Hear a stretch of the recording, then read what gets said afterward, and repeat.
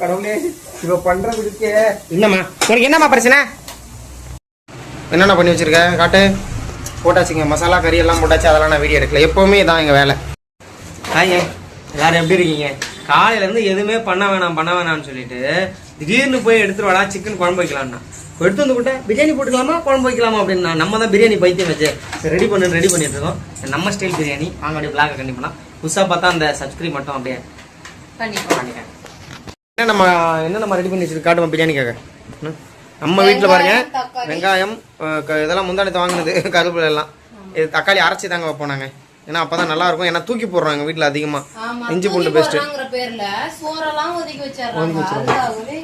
இவங்க 2 பேரும் பார்த்தீங்களா அவர் ஆர்ட் பண்ணிட்டு இருக்காப்புல. இவங்க டிஸ்டர்ப் பண்ணுறாங்க. பாப்பா விளையாட்டும்பா பார்த்துக்க. சரி நிற்க ஆரம்பிச்சிட்டாங்க என் பொண்ணு. பட்டை கிராம்பு போட்டாச்சுங்க. அடுத்தது என்ன பண்ணணும்? அது இல்லாமல் பிரியாணி ரெசிபி போட சொல்லி நம்ம சப்ஸ்கிரைபரை கேட்டிருந்தாங்க. நீங்கள் எப்படி பண்ணீங்க போடுங்க, சிக்கன் பக்கோடா ரெசிபியும் போடுங்கன்னு சொல்லி கேட்டிருந்தாங்க. மெயினாக அதுக்காகவே இப்போ நான் எடுத்துட்டேன். நீங்கள் எது கரெக்ஷன் நிறையா இருக்கும் கமெண்ட்டில் சொல்லுங்கள். ஏன்னா நாங்கள் இப்படி தான் சிம்பிளாக ரெடி பண்ணுவோம்.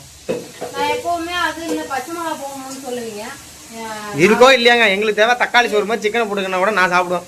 பிரியாணினா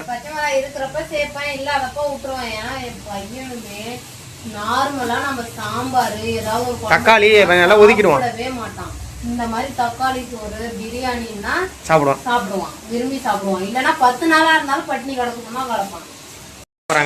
இதுவே நாங்கள் வந்து இந்த சீரக சம்பா பிரியாணி செய்வாங்களா அரைச்சி அதில் ஒரு ஷெஃப் வீடியோ போட்டிருந்தாப்புல.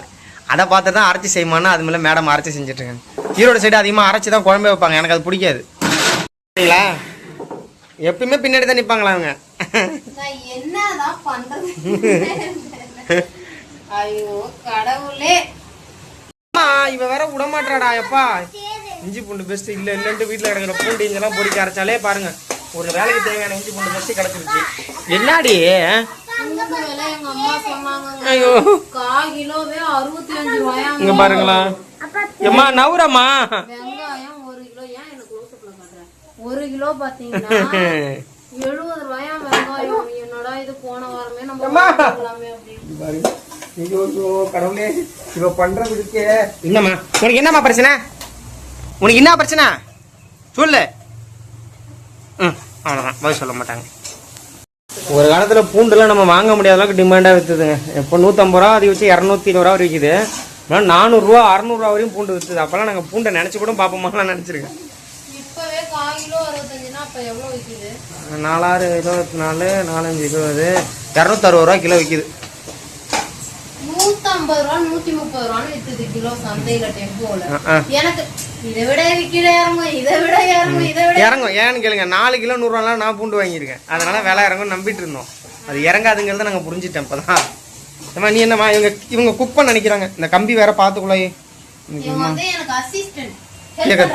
ஏம்மா ஏம்மா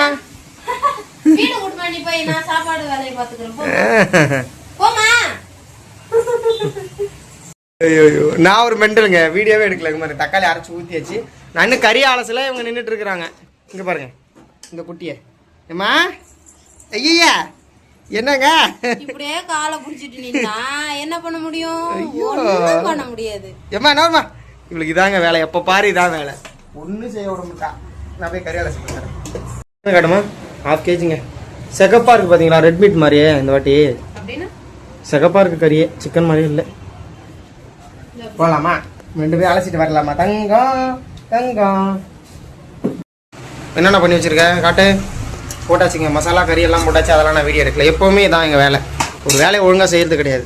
ஒன்றும் இல்லைங்க. மல்லித்தூள் கொஞ்சம் இருந்தது. சிக்கன் மசாலா பிரியாணி மசாலா அவ்வளோதான் போடுவேன். ஓ பிரியாணி ரெடி. அதுக்குள்ளே ரெடி ஆகும். உள்ளாயோட கை பக்குவமே பக்குவம் தாங்க. ரெடி ஆயிடுச்சா? ஏன் பிரியாணி ரெடியா? சரிவா இலை வச்சுக்கலாம். தட்டு இது பண்ணாங்கண்ணா டெஸ்ட் வரட்டா? இலையை போட்டு ரெடியாக உட்காந்துட்டான். இலையை எப்படி போட்டுருக்கேன்? நேராக போட்டு இந்த இலையை நடி இலையை பிரியாணினா மட்டும் தலைவர் உட்காந்துவார். பிரியாணி சிக்கன் ரைஸே தரலாம். எல்லா குழந்தைங்களுக்குமே இப்போலாம் இப்படி தான் அதான் பிடிக்குது. ஒரு வயசுக்கு அப்புறம் தான் உங்களுக்கு எது நல்லது கெட்டதுன்னு தெரிஞ்சு நல்ல பொருளை சாப்பிட ஆரம்பிப்பாங்க.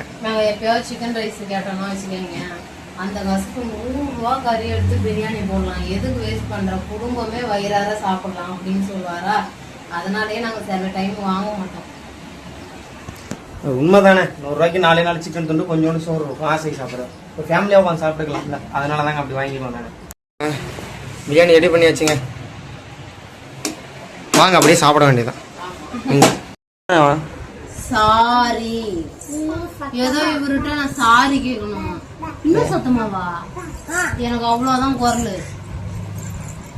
எனக்கு அப்படி தொண்டை வராது. சாரி, அவ்வளவுதான். கொண்டா போட்டேன். பொட்டை எடுத்து வச்சுக்கிட்டு சாரி கேட்டாதான் தவறுவாராம். ஏன் தொலைச்ச எடுத்து கொடு. அவ்வளோதாங்க, பிரியாணிலாம் சாப்பிட்டாச்சுங்க. என்ன அப்புறம் விளாக் முடிஞ்சா? விளாக் அவ்வளோதானே? அவ்வளோதாங்க. பாய் சொல்லுங்கன்னு சொன்னேன். பாய்ங்க.